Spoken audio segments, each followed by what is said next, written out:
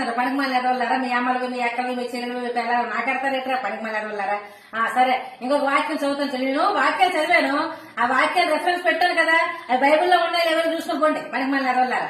ఏమి బైబిల్లో మొక్కలు బయటపడతాను అని అందరూ అయిపోయింది బైబిల్ పని ఇంకేం లేదు మొదటి అర్థమైందా, అయిపోయింది బైబిల్ సంగతి అందరూ తెలిసిపోయింది. ఇప్పుడు చదువుతాం చూడండి. యెహెజ్కేలు 23:20 గాడిద గొర్రెము వంటి సిగ్గుమాలిన మొహము గల తన వెట కాండ్రయందు అది మోహము నిలుపుచుండను. అంటే దీనికి అర్థం ఏంటంటే గాడిద అంత అంగము గొర్రెము ఇచ్చేంత వీర్యము ఇలాంటి పురుషులతోనే అక్కడ స్త్రీలు సెక్స్ చేస్తారు, పడుకుంటే వాళ్ళకి తృప్తి కలుగుతుందట.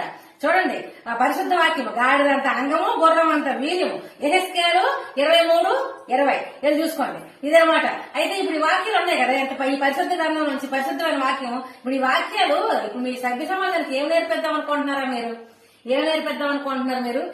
ఇప్పుడు ఈ చదివి ఏం నేర్చుకోరా? ఇవి ఎందులో ఏడున్నాయో తెలియక చాలా మంది గొర్రెలు చదువులేని గొర్రెలు ఆడతాం వస్తే సాయంత్రం బుక్ పెట్టుకుని చొచ్చుకెళ్ళిపోతున్నా వెళ్తారు. చర్చికి వెళ్ళి లేటంలో తెలియదు, అందులో లేటంలో తెలియదు, అందులో లేట్ రాశారో తెలియదు. అది ఈ శాఖలు మాత్రం పుస్తకాలు మాత్రం పెట్టుకొని పరిగెడతారు ఊరుకారు.